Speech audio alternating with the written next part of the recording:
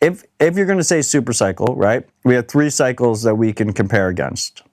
We have the 2012 cycle, the 2016 cycle, and the 2020 cycle.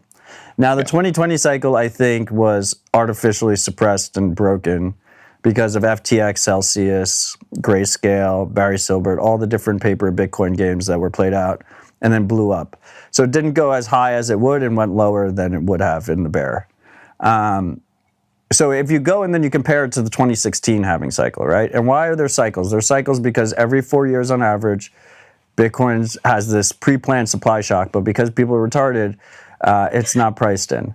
Like at some point, you'd expect all future halvings to be priced in, but we're still far away from that.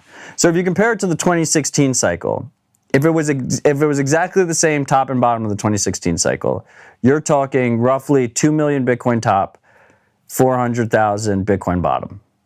Now, I think like some people without thinking about the math would be like, oh my God, that's a super cycle. That's insane. Like, how did we pump that much? No, that's just doing what we did in 2016. Yeah. So I think you'd have to see, for it to be definitionally considered a super cycle, you'd have to see it blow past $2 million. I don't think there's many people that are calling for that right now. I would love to see that. I'd be cool with seeing that.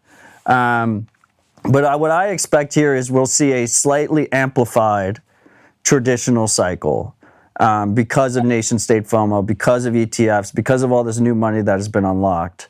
We'll see a cycle that probably would have been amplified if you didn't factor in that new demand compared to not factoring that new demand.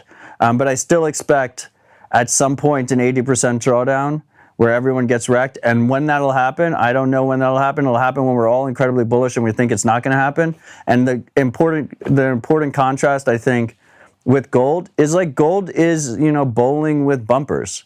Like there's circuit breakers, like it's a completely controlled market.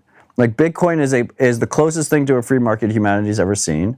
And humans are inherently volatile and we panic and we do all this crazy shit. We do degenerate shit.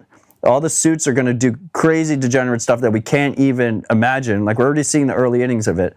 Vivek is launching an ETF that buys Bitcoin bonds, the bonds that are then lent to MicroStrategy, so MicroStrategy can buy Bitcoin, while Bitwise is making an ETF that buys the Bitcoin company, buys the companies that buys the Bitcoin, and they're going to do all this different stuff on top of all that stuff and collect fees and everything. So the degeneracy is going to be ridiculous.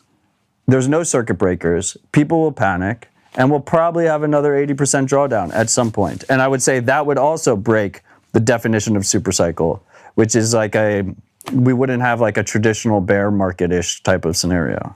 By the way, if you know how to read between Matt's lines, that sounded a lot to me like he was calling for a $3 million Bitcoin price.